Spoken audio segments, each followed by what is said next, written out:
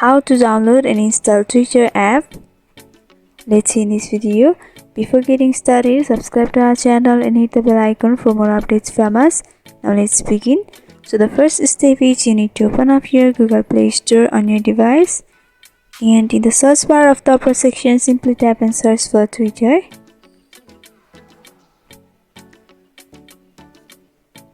Once you do that, you will be easily able to see the Twitter application.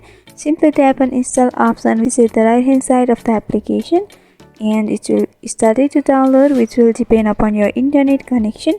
Once you download the app, you can open it up and create your account, or if you have got already an account, then you can log into your account.